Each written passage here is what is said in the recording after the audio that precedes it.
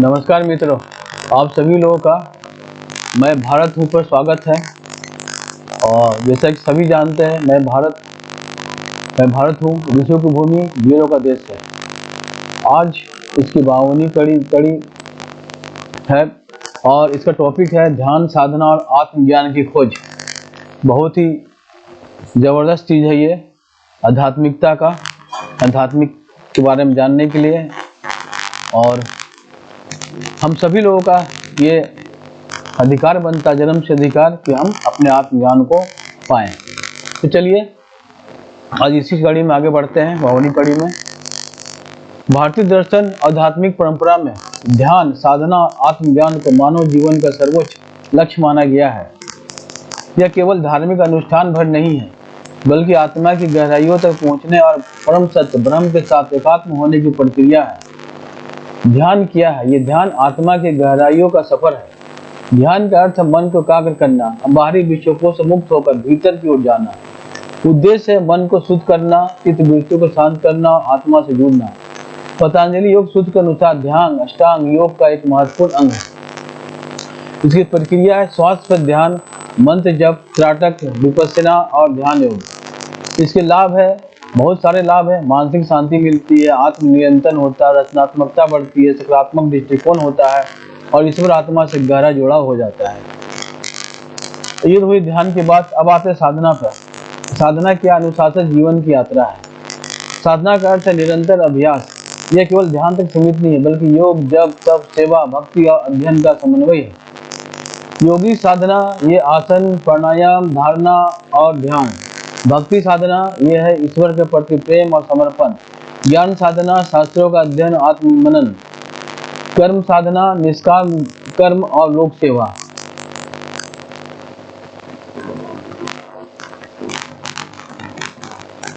महत्व क्या है? साधना से मनुष्य धीरे धीरे अहंकार, लोभ, मोह और कामना से मुक्त होकर शुद्ध चित्त प्राप्त करता है।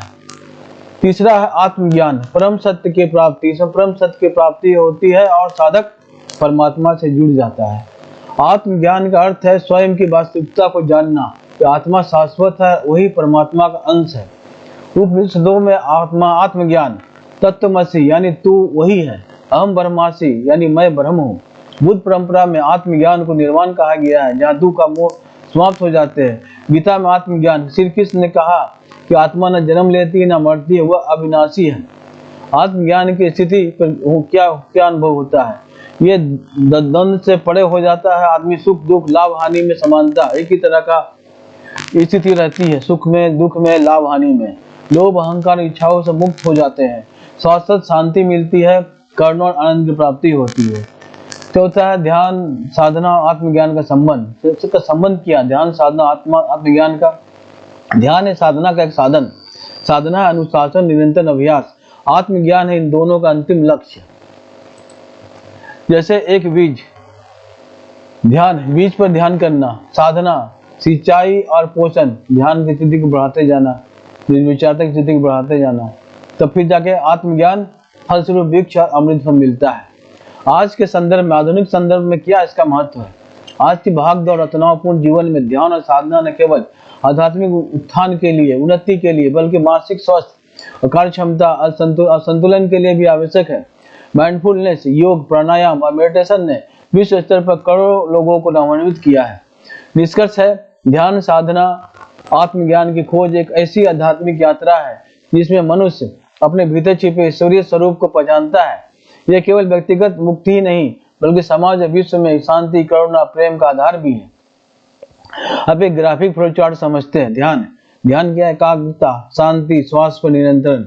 साधना नियमित अभ्यास, तप, योग, अनुशासन। आत्मज्ञान स्वरूप की पहचान, मोक्ष, ब्रह्म से एकत्व। यहाँ ध्यान प्रारंभिक अवस्था है, साधना उसका निरंतर गहन अभ्यास है, अंततः आत्मज्ञान उसकी चरम परिणति है। हमारे भारतीय ऋषि परंपरा में ब्रह्म ऋषि का स्थान सबसे उच्च माना गया है। यह वह स्तर है जहाँ ऋषि आत्मज्ञान यानी सेल्फ रियलाइजेशन प्राप्त कर ब्रह्म के साथ एकत्व को अनुभव करते हैं। वे केवल ज्ञान ही नहीं होते, बल्कि आत्मानुभूति से पूर्ण लोक कल्याण हेतु धर्म अध्यात्म का मार्गदर्शन करते हैं। नीचे कुछ प्रमुख ब्रह्मऋषियों का उल्लेख है जिन्होंने आत्मज्ञान पाया और अपने ज्ञान से मानवता को दिशा दी। प्रमुख ब्रह्म ऋषि और उनकी विशेषताएं। पहला ब्रह्म ऋषि वशिष्ठ। इनकी विशेषता सप्त ऋषियों में से एक, श्री राम के कुल गुरु व अद्वैत ज्ञान का आचार्य। योगदान इनका योग वशिष्ठ ग्रंथ में आत्मज्ञान, माया और ब्रह्म के स्वरूप का अद्भुत विवेचन। आत्मज्ञान वशिष्ठ ने आत्मा को ब्रह्म के साथ अभिन्न माना और लोक कल्याण हेतु कर्म योग और ज्ञान योग का संगम बताया। दूसरे हैं ब्रह्म ऋषि विश्वामित्र। विशेषता क्या है इनकी? मूलतः क्षत्रिय परंतु कठोर तपस्या द्वारा ब्रह्म ऋषि पद प्राप्त किया। इनका योगदान है गायत्री मंत्र के प्रवर्तक रहे, जो वेदों का हृदय कहा जाता है। आत्मज्ञान, इंद्रियों पर विजय या ब्रह्म की अनुभूति के बाद उन्हें जगत के लिए प्राणायाम, मंत्र और साधना के मार्ग प्रशस्त किए। तीसरा ब्रह्म ऋषि नारद। उनकी विशेषता देव ऋषि है, ये लोक कल्याण हेतु निरंतर भ्रमण करने वाले हैं। ये इनका योगदान है भक्ति योग के प्रणेता माने जाते हैं। नारद भक्ति सूत्र में प्रेम और भक्ति को आत्मज्ञान का सरल मार्ग बताया। आत्मज्ञान, नारद ने अनुभव किया कि प्रेम भक्ति के बिना ब्रह्मानुभूति अधूरी है। चौथे ब्रह्म ऋषि अत्रि।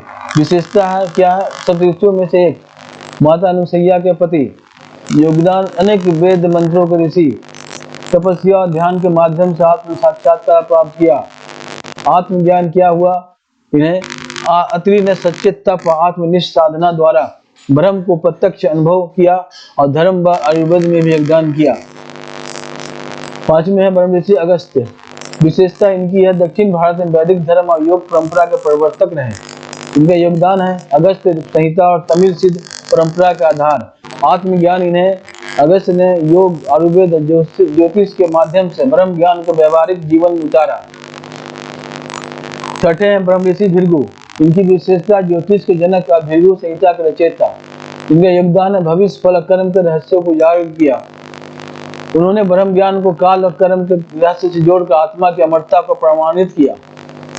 सातवें है ब्रह्म ऋषि कश्यप। इनकी विशेषता अनेक वंशों, देव, दानव, मानव, नाग, गंधर्व आदि के प्रणेता। इनके योगदान है ब्रह्मांड की विविध सृष्टि और धर्म व्यवस्था के सूत्रधार। उन्होंने ब्रह्म को सर्वव्यापी सृजनकर्ता के रूप में अनुभव किया है।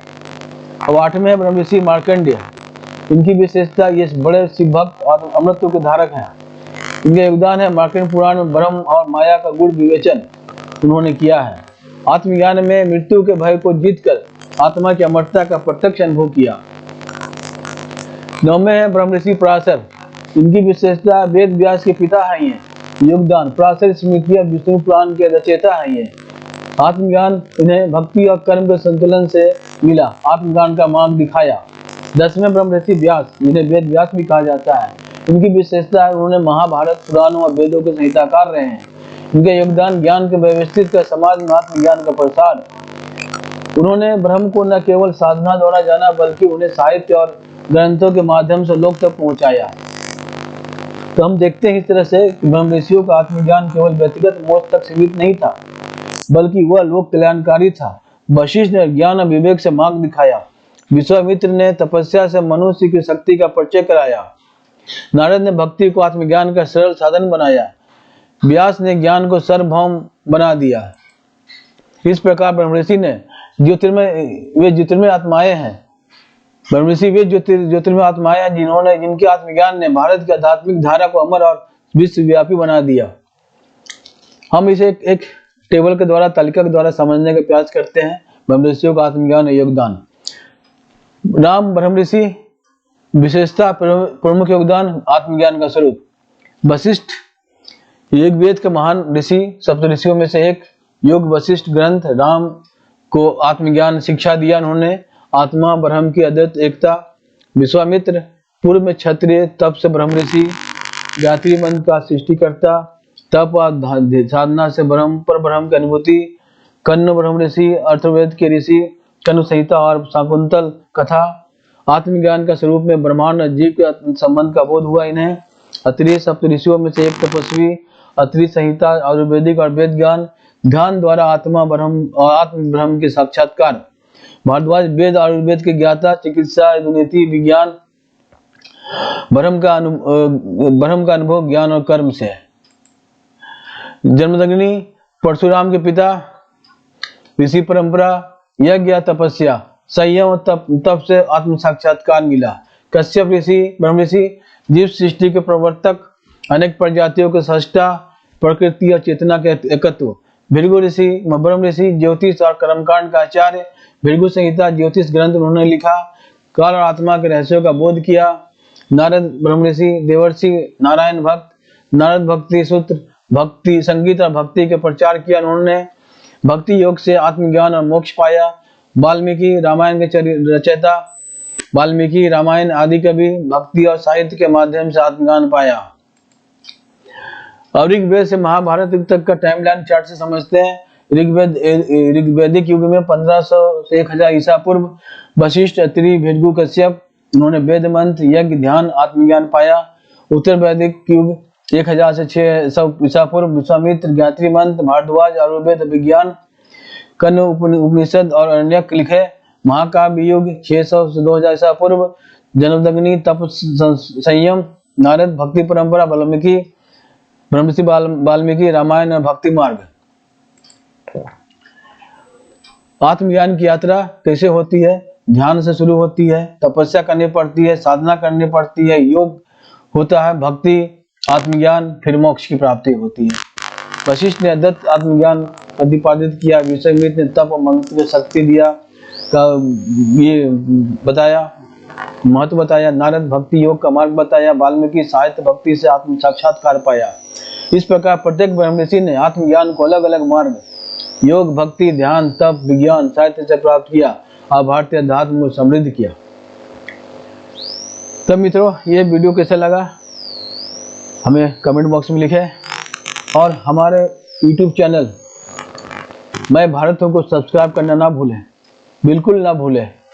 और हमारे इस वीडियो को लाइक करें, ज़्यादा से ज़्यादा शेयर करें और बेल बटन प्रेस करें ताकि हमारा वीडियो अपलोड होते ही उसका नोटिफिकेशन आप तक पहुंच जाए।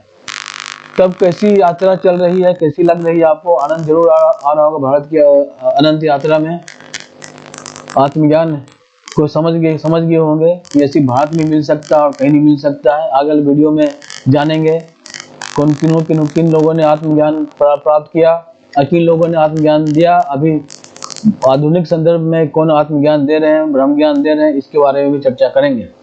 तो मिलते हैं मित्रों अगले वीडियो में। तब तक के लिए